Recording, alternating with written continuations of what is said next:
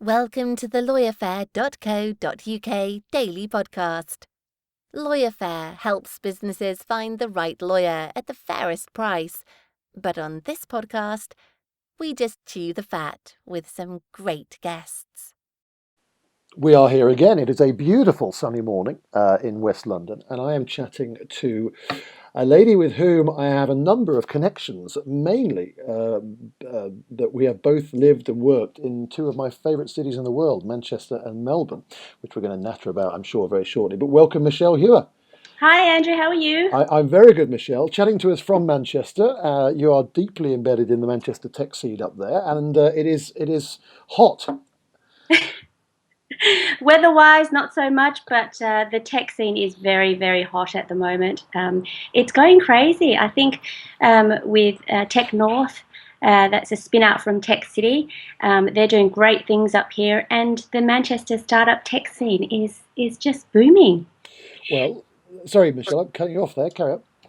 Yeah, That was the intro. No, I see. I'm not an expert at these podcast things. I'm not the slick broadcaster. I must learn, not because I've learned strangely. If you make a little noise, the person on the other end of the line automatically stops, and so I need to condition myself. So I'm sorry about that. But listen, we're going to come back to the Manchester tech scene because it is something I'm genuinely interested in. But I'd like first to speak about your own business, Made with a Glove, and Wearable Tech.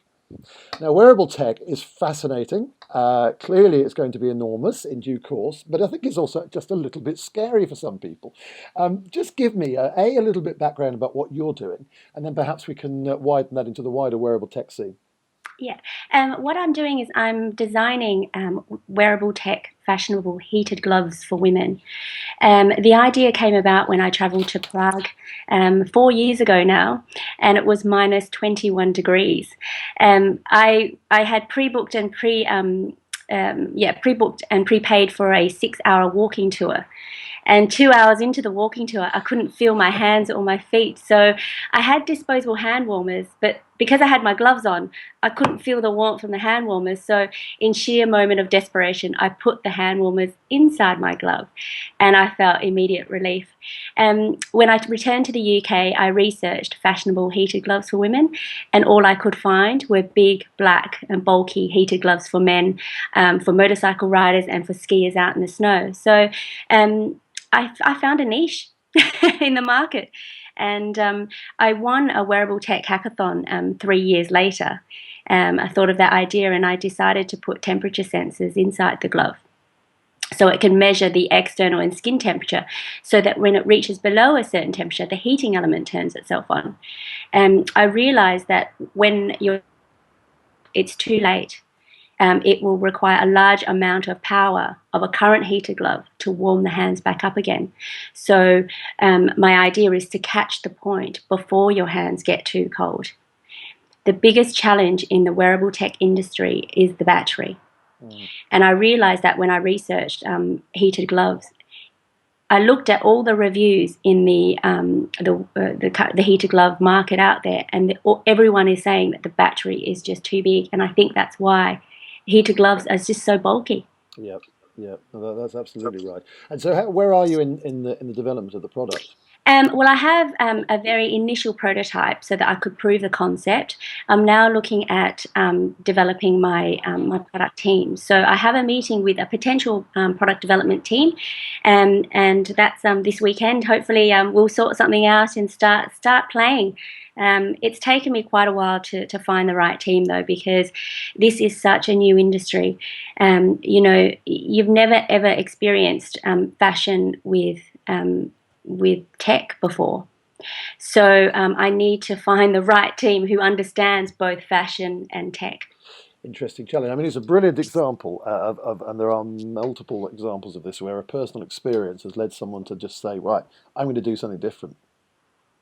Completely. I'm competing with the Googles and the Apples out there. I'm just a one woman band at the moment, but it's just really exciting because the big brands and companies inspire startups like ourselves to make a difference.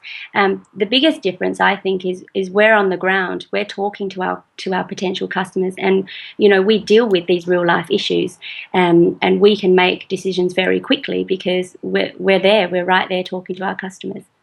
No, absolutely. And you wrote a great article in the Manchester Evening News, a fine organ, which I used to read regularly when I lived up in Manchester. And it gave me some I mean, it was interesting because you were basically going through the wearable tech market and where it's possibly going, and some of the products, Michelle, that are possibly going to come into the market, including dresses that change colour during the day. Oh no! Do you remember the hypercolor T-shirts? Yeah, sure. I think I'm showing my age. Yeah. Yeah, so it's gone from, I don't know, it was like 20 years ago or so that we had those hypercolor T-shirts that change with your mood and the body temperature. Yeah. And now I think it's amazing that what technology can do with the clothes that we wear. I mean, one of the interesting angles of your article, actually, I think it was quite Google Glasses. Most people, when they think of wearable tech, think Google Glasses, I think failure, disaster. Mhm. Everyone who wore them looked like a lemon.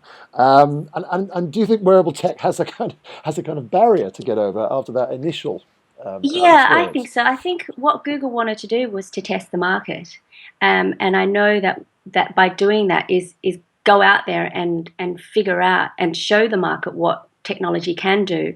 Hmm. And I think they brought it out for a year or two, and then now they've pulled it back so that they can redevelop and have a look at what the market is saying. I spoke to a woman who was one of the Google testers, and she showed her father who was blind, and I think with technology we can use it to really improve and enhance our lives. And he used it.